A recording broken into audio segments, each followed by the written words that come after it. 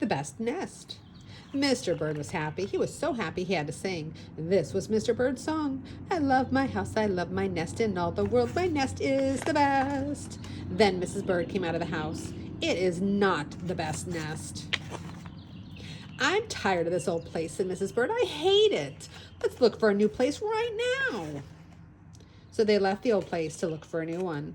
This place looks nice, said Mr. Bird. Let's move in here. But somebody else had already moved in. So they looked at another house. Oh, this one looks nice, said Mr. Bird, and there's nobody in it. You're wrong, said Mrs. Bird. This house belongs to a foot. So they went on looking. Oh, I like this one, said Mr. Bird. It has a pretty red flag on the roof. I've always wanted a house with a flag, said Mr. Bird. Maybe this place will be all right. But it was not all right. I guess I made a mistake, said Mr. Bird. You make too many mistakes, said Mrs. Bird. I'm going to pick the next house. And here it is, right here. They flew in and they looked around. Isn't it too big? Asked Mr. Bird. Oh, I like this big place, said Mrs. Bird. This is the place to build our new nest. So they went right to work. They needed many things to build their nest. First, they got some hay. They got some soda straws and broom straws. They got some sweater string.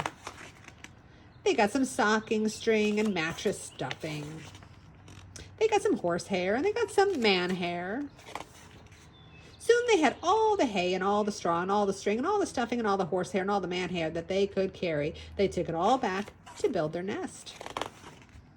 Mr. and Mrs. Bird worked very hard. It took them the rest of the morning to finish their nest. This nest is really the best, said Mrs. Bird.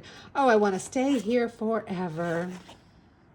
Mr. Bird was very happy too. He flew to the top of the house. He sang his song again. I love our house, I love our nest, in all the world our nest is the best. He was so busy singing he did not even see Mr. Parker coming. Every day at 12 o'clock, Mr. Parker came to the church, and Mr. Parker came to pull the rope, and the rope went up to the bird's new nest. The rope rang the big bell right under the Mrs. Bird's nest. Bong! Bong. Mrs. Bird got out of there and flew as fast as she could. When Mr. Bird came in, all he could see was a mess of hay and string and stuffing and horsehair and man hair and straws. Where was Mrs. Bird?